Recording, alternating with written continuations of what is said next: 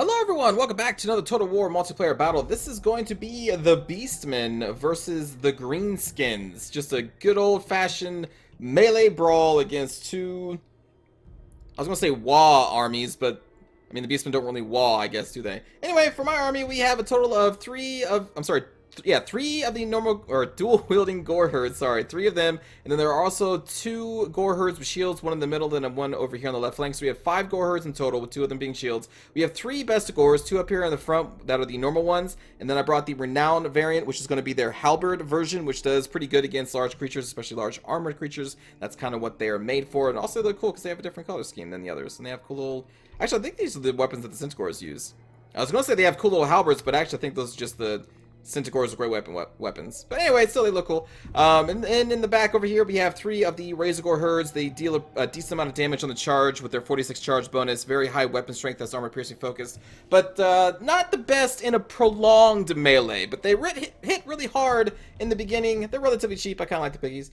Then also in the middle here, we are bringing the Butchers of Kalkengard, which are the tanky Minotaurs, which still can deal a pretty massive amount of damage with their high armor piercing focused. And they look cool again, just with their color scheme. And the thing with these guys is that they also have regeneration, so that makes them even more tankier. A 60 melee defense on a monstrous unit is pretty high. And then on top of that, they have regeneration, so again, they can take a even more big of a beating. Now, if you hit them with fire damage, though, they will not like that because they take bonus damage versus fire due to their regenerating state. For our leadership here, we do have Morgor the Shadowgave with all of his items that give him the Chaos Bonds, and then we also have a Brave Shaman of the Wild. I was thinking about maybe summoning a Cygor in this battle, so I took Savage Dominion. Also have Brave Scream and then Vile Tide. These are both very cheap spells, but they can do okay damage against the light armored units of the Greenskins. At least a lot of Greenskin units are light armored. So that's what I'm kind of bringing them there for, and also to try and support the Bestial Surge, which is going to grant our units Vigor and a charge bonus for 9 seconds every time we cast one of these spells. And Vigor, again, is a very big deal. A unit that is fresh fighting a unit that is very tired is a big difference in this game. So anything that can kind of buff up the vigor of your units, I'm pretty much down for. For the Greenskin army, we have a front line of Savage Orc Biggins, very hard hitters with a physical resistance and bonus versus large across the board. So the entire front line is made up of the Savage Orc Biggins. They also have four of the Squig herds, which are going to be the anti-infantry armor piercers, two on this flank and then two on that flank. They have a cool-ish ability that kind of keeps them in the fight a little bit longer with the Squigs Go Wild. So if the enemy is in range, then their leadership is going to be bumped up by 12. So it does kind of keep them in the fight a little bit longer, but they also have the Rampage, which if they get hurt, then you can't really control them. So you just throw them in a fight and, like, you know what, just go. Have fun is what you do with those guys. So there's four of them, and then two giants are being brought into the battle. These are really heavy hitters, 600 armor piercing damage and a 67 melee attack. Like, honestly, I think these guys, I haven't used them for a long time, but in theory, they should do pretty well against, like, helping you to duel down enemy lords if they can catch them, just because they have such a high melee attack and such high damage as well. But yeah, so there are two of them in this fight. We also have a Night Goblin Shaman with just the Gorkle Fix It? Yeah, Gorkle Fix It. So this is going to do a lower the charge speed and charge bonus of an enemy unit. Not entirely sure why that's the only spell they brought. Oh, actually, I'm sorry. I know why that's the only spell they brought, because they brought Azhag, the Slaughterer, up here on the mount. I was like, why do they only bring that spell? Gorkle Fix It is a good spell, don't get me wrong. It's just, I was like, what? Why is that? But then I remembered, right. So they also have Spirit Leech over here on Azhag, along with the Life Leeching passive of the Death.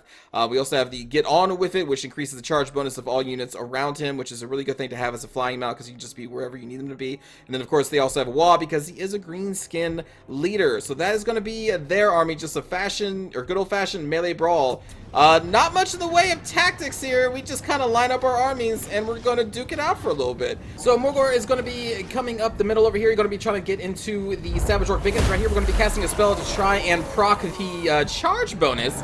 But as you can see, the charge bonus doesn't last that long, so I actually cast that spell a little too early. But anyway, so this is what's going to be happening.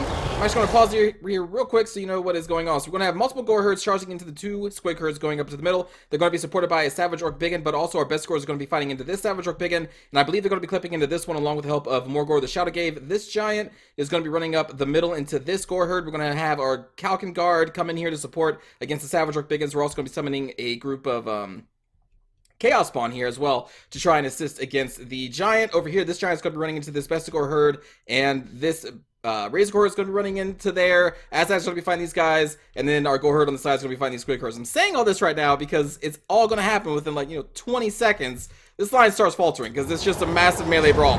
So again, our Bestigors are going to go over here to try and help, I believe, against the Squig herds, but we get caught up on the Savage Orc Biggins. Morgor again is going to be joining them, as you can see over there. This Giant's going to go, I believe, into the middle. There we go. They're going to reorient. I'm going to be getting the Korok Man Rippers into this Giant, but they are going to be delayed a little bit by fighting into these Savage Orc Biggins. Azag's going to pull back into the forest for a little bit, and he also cast a Spirit Leech on, I guess maybe it's already done, onto Morgor the Shadowgate. But the thing with Morgor the Shadowgate is that he also has regeneration, so he can kind of eat up Spirit Leeches. It will bite into his overall regeneration pool, but you can see it's really high. So Spirit Leeching on Morgor is kind of hard unless you really focus him down with other things to try and go through his regeneration. But casting the Spirit Leech on him it's risky if you don't have any kind of burst damage to go through his regeneration. But anyway, so we had a Spirit Leech go down on him. In the middle, as I said, the Korok Man Rippers, as soon as the Savage Orc Biggins rout, which is going to happen here in any moment because they got charged by the Razor Gore herd, they also got hit by the spell, which did not help their morale at all, so now they're going to be routed off the middle. So now we're going to be able to surround this Giant with the Korok Man Rippers. We have the Razor Gore herd on him. We have a Chaos Spawn group from Morgor the Shadowgate back here as well. The Chaos Spawn just do so much amount of damage.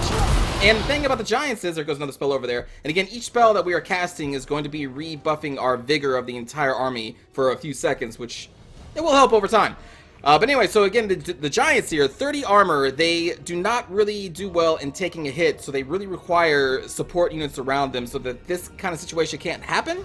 They did have support units, but unfortunately for them, we did manage to rout off those Savage Orc Biggins. So now they're just by themselves fighting off against anti-large. They have the Chaos Spawn, which is, again, hit so hard. And the Giants don't have a high melee defense. They do have that high melee attack, but they still will get hit often, fairly often, by nearly everything, except for maybe like zombies or something.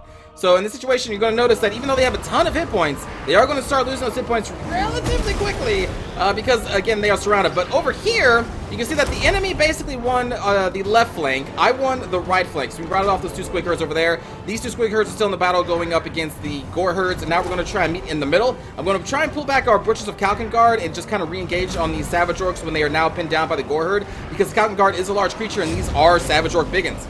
So they do a bonus versus large. Excuse me. So I wanted to make sure that we had some Gore herds nearby to try and absorb some of the damage. Although it looks kind of like, well, they're absorbing some of the hits. Anyway, we're still trying to surround this Giant and doing what we can to keep these Giants away from each other. And you can now see that we are surrounding this Giant as well. We have so many units. We have another summoned Chaos Spawn. Aztec, I think, maybe went to fight off some Gore herds here and there, but he hasn't really gotten involved in the massive melee down here to support the Giants. So you can see that we've already routed off this Giant, and now we're going to be working on the second Giant, and they just have no support units anymore. The Savage Orc Biggins kind of just melted under the weight of the Bestigors and the Minotaurs. You see the Minotaurs did take some damage, but again, they do have regeneration, so that's not going to be a huge deal. Aztec, I believe, hit Morgor again with another Spirit Leech, one or two more at this point. And we are just keeping a group of Razor Gore herds on this Giant to make sure that they do not run away. You see another spell being cast on these Savage Orc Biggins, who are now going to be pulled back into combat, but that again is going to refresh all of our vigor. And Aztec is just kind of staying above. Like, at this point, he can't really charge down because we have so many units, because now the Giants have just been isolated and basically destroyed one at a time. I think most of their units are routed. We have some Squig herds that could be pulled back into the battle, but it's a very quick fight because it's just two massive melee forces going at it. And we are going to kind of win out on the day here because Morgor was able to summon a couple of the Chaos Spawn to help in the middle, especially against those Giants and the other Savage Orc Biggins. And yeah, we had more oomph in the middle, and we were able to overwhelm the right with the Bestigor help over here. We did lose the left, but then we were, again, able to isolate those Giants, and now we're just kind of going after the leadership that we can reach. And Azag's still just kind of flying up here, not doing too much. Especially for bringing him on his mount, like, he's pretty powerful. 50 melee attack is not the highest on a mount like that, but it's still not bad, especially since you have a poison. The armor of 70 is not, also not great, because he is still a caster, but it's not bad on that mount. He can still make a big difference with the amount of damage that he could deal, and the fact that he does spread poison if you kind of mix him in with some other units to take hits for him. But that is going to basically be the game. You can see some Squig coming down here, recharging whatever units are nearby, but it is a very quick melee brawl. And that's going to be a GG to Pinosaur? So I mainly wanted to bring this one into light, or show this battle, because it's not often you get to see the greenskins and the beastmen just go at it in just a massive melee brawl, which is always great to see.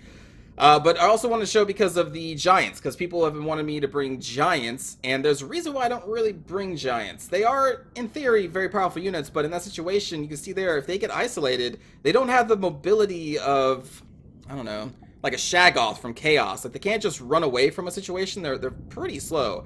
They do hit hard, and if you support them with enough units that can absorb a lot of hits, I mean, they can get a lot of work done. Like, they did do a lot of good damage against my Bestigors on the left flank before that second one reeled into the center. But when they were isolated, I mean, granted, I had a lot of units around them. Like, that's no one's ideal situation, let's be real, to be surrounded by that many units by themselves. But giants just don't really have that much mobility in these situations to really escape from that, like a Shaggoth, again, the Shaggoth can. Actually, what is their speed? Speed, giants. There's a giant. 36. Okay, yeah, it is in the high 30s, but it's not that fast. And like the Shaggoth that I keep talking about, that is in the 50s, I think. 76. Oh god, even faster than I thought it was. So again, like, this is another huge creature that doesn't want to be isolated against a bunch of smaller creatures, but it can run away from that situation, whereas a giant is only moving at 36, which, like, basic infantry, unless you're heavy chaos warriors, like, I don't know, let's just look at a halberd unit here. 31. So they're not that much slower, you know? So it's hard for it to escape a very bad situation. It relies on its high hit points and a support unit to be with it to try and absorb some of the damage, or else it just gets pulled down. But anyway, I still want to show it because, hey, it's still giants. They're cool to see, and I'm probably not going to bring them that often. So, you know, here's a fight with some giants. Let's go watch a cinematic view of this battle, friends. I remember when I was fighting this battle, I thought that the Savage Orc Biggins were going to be able to overwhelm at least my Goreherds, but I think the mixture of the Bestigors, the Minotaurs in the middle, and then the Razorgore backing, even though these guys are large and the Savage Orc Biggins in theory do well against them, it was just we had all these different layers mixed in with each other, and the Savage Orc Biggins can't do super well against the Bestigors, so they helped probably tank a lot of damage on the left and the right, which is probably why the Savage Orcs didn't win. I'm pretty sure if this was just like Goreherds on Savage Orc Biggins, the Savage Orc Biggins should win this out, I think. I guess I'm not 100% positive, but I think they should.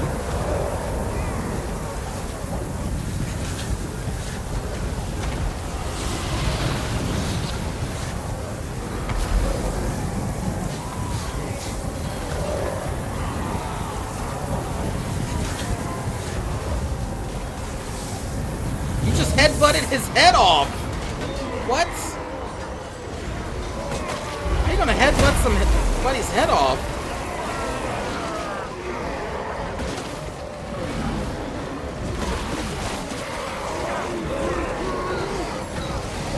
But the thing is also, like, even with their bonus versus large, the Savage Orcs bonus are, I think, like a +8, I believe. So the problem was still pretty hard for them to hit the Minotaurs with their 60 melee defense.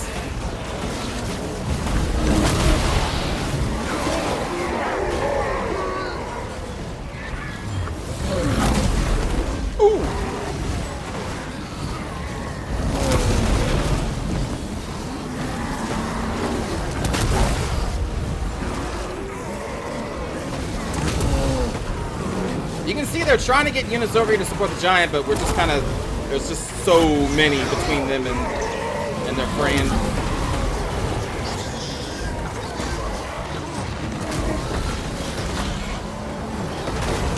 But I do think the Bestigors carried a lot here just by being able to absorb a lot of the damage. The Savage Orcs not really made for anti-armor. And the Squid Kurds, I think, both basically, I'm not going to say wasted themselves. They did a lot of good damage against my Goreherd, but they really should have been used against the Bestigors more than the Goreherds. Because it was one of the only answers for the Greenskins to take out the Bestigors in a efficient way.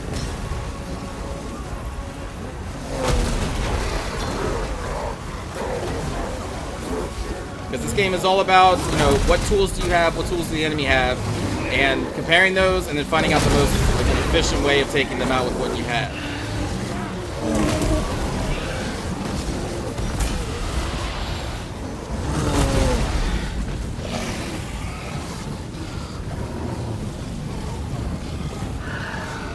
Goodbye, Giant.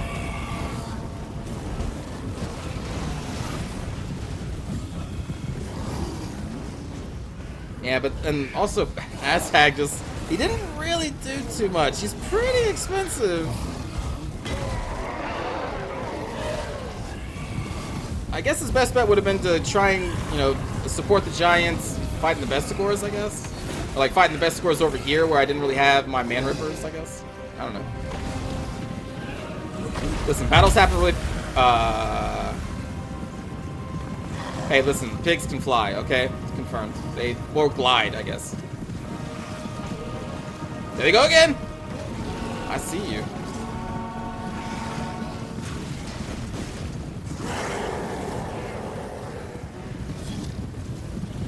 Oh, we're charging the little gobbo. Hey, where is he? I've lost him. Did we kill him? Oh, I guess he's buried in... Oh, there you are! There's really not much else that we're fighting at this point, yeah. There we go. So there's some giants for you, friends. Thanks for watching. I'll see you all next time. Take care.